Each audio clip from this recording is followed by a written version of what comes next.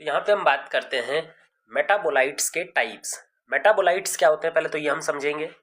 फिर मेटाबोलाइट्स को दो कैटेगरीज में क्लासिफाई किया जाता है, प्राइमरी और सेकेंडरी, बेस्ड ऑन किस टाइप का रोल वो प्रोड्यूस करते हैं ऑर्गेनिज्म की बॉडी में, जो उनको प्रोड्यूस करता है, या फिर होस्ट बॉडी में। तो मेटाबोलाइट्स होते क्या है? मेटाबोलाइट्स बायोमोलिक्यूल्स हैं जो हमारी मेटाबॉलिक रिएक्शंस को सपोर्ट करते हैं, मेटाबॉलिक रिएक्शंस में पार्टिसिपेट करते हैं। तो these are nothing but just biomolecules. अब ये बायोमोलिक्यूल्स या मेटाबोलाइट्स जिस ऑर्गेनिज्म की बॉडी में प्रोड्यूस होते हैं, या जो भी ऑर्गेनिज्म इनको अपनी बॉडी में प्रोड्यूस करता है, उसको बोलते हैं होस्ट बॉडी, जो इनको खुद प्रोड्यूस कर रहा है। ठीक है।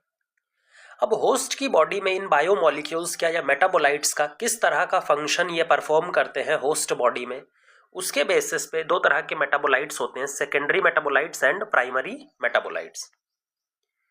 अब प्राइमरी मेटाबोलाइट्स, जैसा इनका नाम सजेस्ट कर रहा है, प्राइमरी मेटाबोलाइट्स होस्ट बॉडी में इंपॉर्टेंट फंक्शन परफॉर्म करते हैं, उसके डेवलपमेंट में, उसकी ग्रोथ में, उसके रिप्रोडक्शन में, सर्वाइवल में।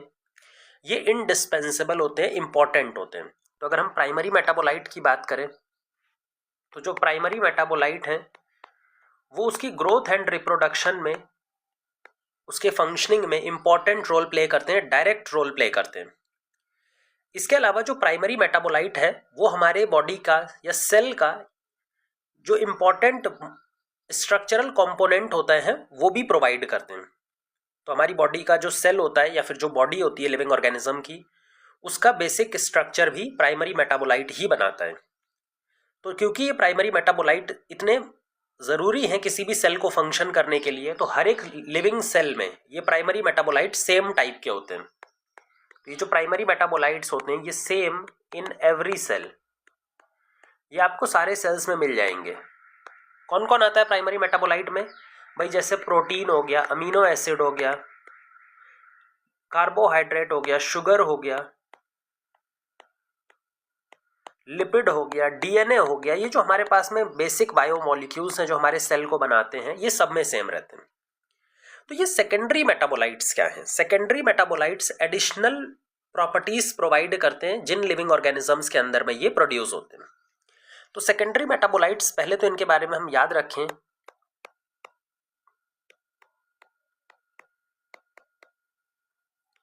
जो सेकेंडरी मेटाबोलाइट्स हैं ये होस्ट की बॉडी में डायरेक्ट उसके ग्रोथ और रिप्रोडक्शन में हेल्पफुल नहीं होते हैं। तो जिस भी ऑर्गेनिज्म में ये प्रोड्यूस हो रहे हैं उसकी बॉडी में उसकी ग्रोथ और रिप्रोडक्शन में डायरेक्ट इन्वॉल्वमेंट इनका नहीं होता। अगर इनका डायरेक्ट इन्वॉल्वमेंट होता ही नहीं है तो ये किस तरह के फंक्शन को कंट्रोल करते हैं? ये बेसिकली किसी ऑर्गेनिज्म के इकोलॉजिकल इंटरेक्शन को कंट्रोल करते हैं। ये किसको कंट्रोल करते हैं? उस ऑर्गेनिज्म के इकोलॉजिकल इंटरेक्शन को। लिविंग ऑर्गेनिजम्स नेचर में अकेले सर्वाइव नहीं कर सकते, उनको सर्वाइवल के लिए दूसरे लिविंग ऑर्गेनिजम्स के साथ में इंटरेक्ट करने की जरूरत पड़ती है। वो इंटरेक्शन किसी भी तरह का हो सकता है। ये जो इकोलॉजिकल इंटरेक्शन हो सकता है ये पॉजिटिव टाइप का इंटरेक्शन हो या फिर ये नेगेटिव टाइप का इंटरेक्शन हो जिसमें उसको हार्म होता है। पॉजिटिव टाइप का इंटरेक्शन जिसमें होस्ट को बेनिफिट मिलता है, फायदा मिलता है, और नेगेटिव में जहां पर होस्ट को नुकसान होता है। इस तरह के इकोलॉजिकल इंटरेक्शन जहां पे एक लिविंग ऑर्गेनिज्म अपने आसपास के लिविंग ऑर्गेनिजम्स के साथ इंटरेक्ट करता है उसी को बोलते हैं इकोलॉजिकल इंटरेक्शन। तो सेकेंडरी मेटाबोलाइट इसी इकोलॉजिकल इंटरेक्शन को कंट्रोल करते हैं। तो सेकेंडरी मेटाबोलाइट्स कैसे इकोलॉजिकल इंटरेक्शन को कंट्रोल करेंगे? जैसे हम यहां पर एक होस्ट बना लें। अब ये होस्ट अपनी बॉडी के अंदर में कोई सेकेंडरी मेटाबोलाइट प्रोड्यूस करता है। ये जो सेकेंडरी मेटाबोलाइट है ये होस्ट की बॉडी में काम नहीं करता, ये एक्चुअल में काम करता है किसके लिए? दूसरे ऑर्गेनिज्म के लिए। मान लेते हैं यहां पर एक दूसरा ऑर्गेनिज्म है ए। ये जो सेकेंडरी मेटाबोलाइट है ये इस ए के ऊपर में तीन तरह के इफेक्ट दिखा सकता है। पहला तो ये इसको अट्रैक्ट कर सकता है होस्ट की तरफ। देखा होगा आपने कई बार, कई सारे ऑर्गेनिजम्स दूसरे ऑर्गेनिज्म की तरफ अट्रैक्ट होते हैं, जैसे इंसेक्ट्स प्लांट्स की तरफ अट्रैक्ट होते हैं। तो ये इसको अट्रैक्ट कर सकता है। हो सकता है अगर ये इसके लिए हार्मफुल है तो ये इसको रिपेल करे, ये इसको दूर भगा दे।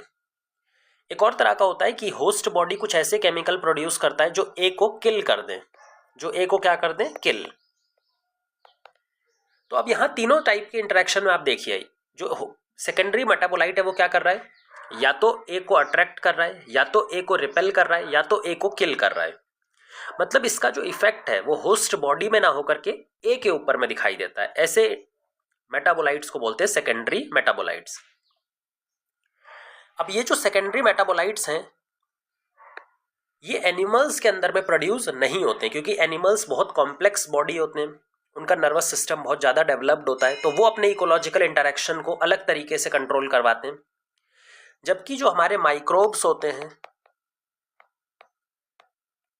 जो प्लांट्स होते हैं और जो फंजाई होते हैं, सो माइक्रोब्स या फिर बात करें बैक्टीरिया की, प्लांट्स की, फंजाई की, इन तीनों ही ग्रुप में जो इकोलॉजिकल इंटरेक्शन है उसको एफिशिएंट बनाने के लिए तीनों क्या प्रोड्यूस करते हैं? Secondary metabolites. एक और चीज हमें याद रखनी है कि जैसे हमने बताया था कि प्राइमरी मेटाबोलाइट का जो टाइप है वो हर एक सेल में सेम टाइप का होता है, हर एक ऑर्गेनिज्म में सेम टाइप के प्राइमरी मेटाबोलाइट्स देखने को मिलते हैं, लेकिन सेकेंडरी मेटाबोलाइट्स के लिए ये बात सही नहीं है। सेकेंडरी मेटाबोलाइट्स अलग अलग ऑर्गेनिजम्स में, अलग अलग प्लांट्स में, अलग अलग बैक्टीरिया में, अलग अलग फंजाई में डिफरेंट तरह के प्रोड्यूस होते हैं। So these are different in different individuals, different in individuals, या हम स्पीसीज भी बोल सकते हैं। अलग अलग स्पीसीज ऑफ इंडिविजुअल्स में डिफरेंट टाइप के सेकेंडरी मेटाबोलाइट्स बनते हैं। क्योंकि सेकेंडरी मेटाबोलाइट्स डिफर करते हैं स्पीसीज टू स्पीसीज या ऑर्गेनिज्म टू ऑर्गेनिज्म, तो इनको हम बेस बना करके प्लांट क्लासिफिकेशन भी करते हैं। जब हम प्लांट क्लासिफिकेशन करते हैं तो उसमें एक टाइप का क्लासिफिकेशन होता है कीमोटेक्सोनॉमी, जिसमें हम प्लांट्स के अंदर मिलने वाले सेकेंडरी मेटाबोलाइट्स किस टाइप के हैं उसको यूज करके प्लांट्स की ग्रुपिंग या प्लांट्स को अलग अलग ग्रुप्स में डालते हैं। तो सेकेंडरी मेटाबोलाइट्स जो हैं वो टेक्सोनॉमिकली भी इंपॉर्टेंट है, ऑर्गेनिजम्स को क्लासिफाई करने में भी मदद करते हैं। अब कुछ एग्जांपल्स देखते हैं। पहले तो एनसीईआरटी की लाइंस से जो चीजें हैं पहले वो देख लेते हैं, फिर उसके बाद में हम ये जो एनसीईआरटी का टेबल बना हुआ है जिसमें कुछ सेकेंडरी मेटाबोलाइट्स दिए हुए हैं उसको समझेंगे। पहले हम एनसीईआरटी की लाइन से एक बार सेकेंडरी मेटाबोलाइट्स को समझ लेते हैं। The most exciting aspect of chemistry deals with isolating thousands of compounds, छोटे बड़े from living organisms. Living organism से की बॉडी में अलग अलग तरह के कंपाउंड्स होते हैं, मॉलिक्यूल्स होते हैं, उनको आइसोलेट करना केमिस्ट्री के हिसाब से पॉसिबल है। आइसोलेट करने के अलावा हम उनका स्ट्रक्चर भी डिटरमाइन कर सकते हैं कि वो उसका क्या स्ट्रक्चर है, और कई बार आर्टिफिशियली सिंथेसाइज भी किया जाता है जिसको हम ड्रग सिंथेसिस बोलते हैं। तो हम मॉलिक्यूलर एनालॉग लेबोरेटरी में सिंथेसाइज करते हैं, उसको बोलते हैं ड्रग सिंथेसिस। अब ये बायोमोलिक्यूल्स जो हम मेटाबोलाइट्स कह रहे हैं, we can call these biomolecules as metabolites, क्योंकि ये मेटाबॉलिक रिएक्शंस में पार्टिसिपेट करते हैं। अब अगर बात करें एनिमल्स के अंदर में, तो एनिमल्स के अंदर में one notices the presence of all such categories of compounds shown in the figure 9.1। अब 9.1 में हमारा प्राइमरी मेटाबोलाइट की बात की गई थी। अगर हम यहाँ पर ऊपर हमारे पास में 9.1 टेबल था तो वहां पे हमने बात की थी protein, carbohydrate, lipid, nucleic acid, जो सारे सेल्स में पाए जाते हैं। ऐसे बायोमोलिक्यूल्स को बोलते हैं प्राइमरी मेटाबोलाइट्स। लेकिन अगर हम प्लांट्स की बात करें, फंजाई की बात करें, माइक्रोबियल सेल की बात करें, अगर इनका केमिकल एनालिसिस किया जाए तो इनका केमिकल एनालिसिस करने पर हमें बहुत सारे सेकेंडरी मेटाबोलाइट्स भी देखने को मिलते हैं। जैसे अगर हम प्लांट्स की बात करें तो प्लांट्स के अंदर में जो एल्कलॉइड्स होते हैं, जो फ्लेवोनॉइड्स होते हैं, जो रबर होती है, असेंशियल ऑयल हैं, कई सारे एंटीबायोटिक्स प्लांट और पर्टिकुलरली एंटीबायोटिक्स बैक्टीरिया प्रोड्यूस करते हैं और फंजाई प्रोड्यूस करते हैं। कलर्ड पिगमेंट्स, ऐसे पिगमेंट्स जो प्लांट बॉडी को कलर प्रोवाइड करते हैं। जैसे फ्रूट एक कलर्ड तरह का होता है, फ्रूट जनरली पीले कलर का, लाल कलर का, नारंगी कलर का होता है। फ्लावर भी कलर्ड होता है, तो वो भी क्या है? बिकॉज ऑफ पिगमेंट्स, जो कि सेकेंडरी मेटाबोलाइट है। सेंट, सेंट क्या करते हैं? इंसेक्ट्स को अट्रैक्ट करते हैं। गम्स, गम का क्या काम है वो बताएंगे। स्पाइसेस, तो ये सब सेकेंडरी मेटाबोलाइट है। अब ये जो सेकेंडरी मेटाबोलाइट हैं,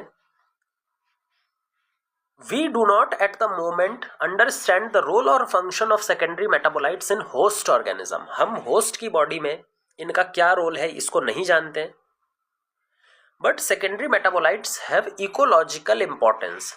ये उसके इकोलॉजिकल रोल को, दूसरे ऑर्गेनिजम्स से इंटरेक्शन को कंट्रोल करते हैं। इसके अलावा ह्यूमन्स इकोनॉमी के लिए, ह्यूमन वेलफेयर के लिए, ह्यूमन बेनिफिट के लिए भी बहुत सारे सेकेंडरी मेटाबोलाइट्स यूजफुल होते हैं। हम इनको प्लांट्स से, बैक्टीरिया से, फंजाई से आइसोलेट करते हैं, कंसंट्रेट करते हैं और कंसंट्रेट करके अपने फ़ायदे के लिए, ह्यूमंस के फ़ायदे के लिए यूज़ करते हैं। जैसे अगर हम बात करें, जो रबर है, आज के टाइम पर हम जो रबर यूज़ करते हैं वो प्लांट से डिराइव्ड होता है। बहुत सारी ड्रग्स होती हैं जो प्लांट फंजाई बैक्टीरिया प्रोड्यूस करता है, पर्टिकुलरली एंटीबायोटिक्स, स्पाइसेस, जो मसाले हम खाते हैं वो एक्चुअल में क्या है, प्लांट्स के सेकेंडरी मेटाबोलाइट्स। सेंट, बहुत सारी सेंट भी हम यूज़ करते हैं, पिगमेंट्स का यूज़ करते हैं, कलर्ड मॉलिक्यूल का यूज़ करते हैं। तो एक एक करके हम स्टार्ट करते हैं। सबसे पहला है पिगमेंट।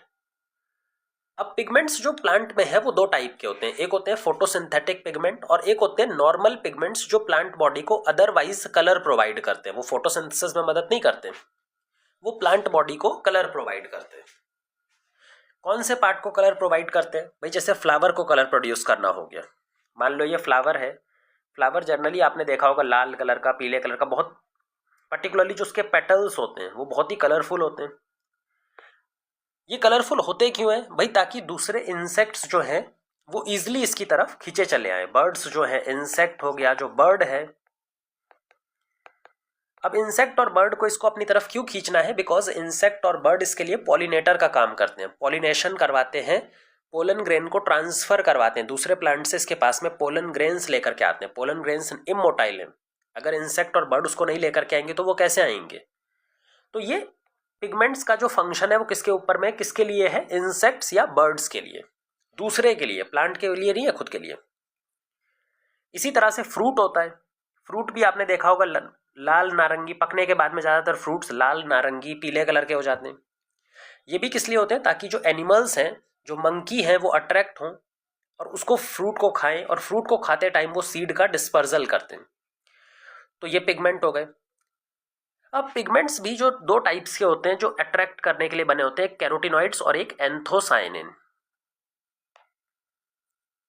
जो कैरोटिनॉइड्स होते हैं ये बेसिकली, इसमें कैरोटीन आते हैं, ज़ैंथोफिल आते हैं। और कैरोटीन किस तरह का कलर प्रोवाइड करता है? कैरोटीन हमें red, orange, yellow colour provide करता है। तो जिस भी प्लांट पार्ट के पास में रेड, ऑरेंज या येलो कलर होता है उसके अंदर में कैरोटिनॉइड देखने को मिलता है। जबकि जो एंथोसाइनिन है, एंथोसाइनिन ब्लू कलर का पिगमेंट होता है और प्लांट पार्ट को वॉयलेट कलर, ब्लू कलर या पर्पल कलर प्रोवाइड करता है। तो एंथोसाइनिन बेसिकली ब्लू कलर का होता है। तो कभी आपने ब्लू कलर के फ्रूट देखे हो, जैसे जामुन होता है, ब्लू कलर का होता है, पर्पल कलर का होता है, कुछ फ्लावर्स भी ब्लू कलर के होते हैं, तो वो एंथोसाइनिन की वजह से होते हैं, अट्रैक्शन इनका भी काम होता है। फिर जाते हैं एल्कोलॉइड्स। एल्कोलॉइड्स बेसिकली हर्बीवोर्स से प्लांट अपने आप को प्रोटेक्ट करता है। जो प्लांट्स होते हैं उनको कौन खाते हैं? हर्बीवोर्स, ऐसे एनिमल्स जो प्लांट को फीड करते हैं। अब डायरेक्टली अगर प्लांट्स को फीड करते रहेंगे हर्बीवोर्स तो प्लांट्स तो खत्म हो जाएंगे, उनके सर्वाइवल पे तो खतरा आ जाएगा। तो ये क्या सिंथेसाइज करते हैं? एल्कोलॉइड्स, जैसे मॉर्फिन और कोडीन। ये मॉर्फिन और कोडीन प्लांट्स के जो एनिमल्स हैं उनके नर्वस सिस्टम से इंटरफियर करती हैं और उनको इनकॉन्शियस बना देती हैं काफ़ी टाइम के लिए। और नेचर के अंदर में अपना कॉन्शियस लूज करना मतलब अपनी लाइफ लूज करना है। तो ऐसे एनिमल्स एक बार जब इस प्लांट को खाएगा तो अगली बार वो इससे अवॉइड करेगा। तो ये मॉर्फिन और कोडीन है। टर्पिनॉइड्स, ये भी हमारे एंटी इन्फ्लेमेटरी, या फिर जब भी इन्फेक्शन होता है तो उस इन्फेक्शन को प्रिवेंट करते हैं प्लांट बॉडी में। पैथोजन मान लीजिए बैक्टीरिया प्लांट को इफेक्ट करने आ रहा है तो उस इन्फेक्शन से बचने के लिए क्या सिक्रेट करते हैं? Terpenoids, like monoterpenes and diterpenes. Essential oils, जिसमें लेमन ग्रास ऑयल आता है। लेमन ग्रास एक पर्टिकुलरली ग्रास टाइप होती है, इसके लीफ में एक पर्टिकुलर तरह का ऑयल पाया जाता है जिसका एक बहुत ही स्ट्रॉन्ग स्मेल होती है, एक बहुत ही स्ट्रॉन्ग ऑर्डर होती है, जिसकी वजह से जितने भी इंसेक्ट्स होते हैं वो इस प्लांट से दूर रहते हैं। इंसेक्ट्स क्या करते हैं? प्लांट्स को फीड कर लेते हैं। तो ऐसे इंसेक्ट्स को ये दूर भगाता है, किसके थ्रू? लेमन ग्रास ऑयल के थ्रू। फिर आता है टॉक्सिन। बहुत सारे टॉक्सिन सिक्रेट करते हैं, जैसे एब्रीन और रेसिन। टॉक्सिन सिक्रेट करने का भी काम यही है ताकि वो अपने आप को प्रोटेक्ट कर पाए, स्पेशली फ्रॉम हर्बीवोर्स। जो हर्बीवोर एनिमल्स हैं जो प्लांट्स को खाते हैं उनसे प्रोटेक्ट करने के लिए टॉक्सिन सिक्रेट करते हैं। लेसिटिन्स कॉन्केनेवलिन ए, लेसिटिन क्या करता है, उनके डाइजेस्टिव सिस्टम को खराब कर देता है। जो भी प्लांट को खाएगा लेसिटिन जा करके उनके डाइजेस्टिव प्रॉब्लम कर देता है, उनका जो फूड डाइजेशन है, फूड एब्जॉर्प्शन है गट के अंदर, वो रिड्यूस कर देता है, उसकी एफिशिएंसी खत्म कर देता है। इससे वजह से जो एनिमल्स हैं वो इस तरह के प्लांट को अवॉइड करते हैं। ड्रग्स हो गई जिसमें हमारे विनब्लास्टिन, करक्यूमिन, पॉलीमेरिक सब्सटेंसेस जो कि हैं रबर, गम एंड सेल्यूलोज। अब रबर और गम क्यों प्रोड्यूस करता है? बेसिकली अगर कभी प्लांट बॉडी में कोई इंजरी प्रोड्यूस हो जाए, मान लीजिए प्लांट का इतना पार्ट एक्सपोज हो गया एनवायरमेंट से, इसमें इंजरी प्रोड्यूस हो गई। अब अगर ये ओपन वुंड है तो यहाँ से कोई भी पैथोजन प्लांट बॉडी में इजीली एंटर कर सकता है। तो इसको रोकने के लिए प्लांट क्या करता है, रेजिन सिक्रीट करता है। यहाँ पे अपने कुछ रेजिन सिक्रीट कर लेगा और सील कर देगा ये गैप को। अब ये एक बार सील हो गया तो क्या पैथोजन एंटर कर सकता है? नहीं। तो इसीलिए वो रबर को सिक्रीट करता है, गम को सिक्रीट करता है। तो ये है सेकेंडरी मेटाबोलाइट्स। अब जैसा हमने बताया था कि सेकेंडरी मेटाबोलाइट्स भले से होस्ट ऑर्गेनिज्म की बॉडी में कोई essential role, non function perform नहीं करते, बट कई बार देखा जाता है कि ह्यूमंस के लिए ये जो सेकेंडरी मेटाबोलाइट्स हैं ये बहुत काम की चीज़ है।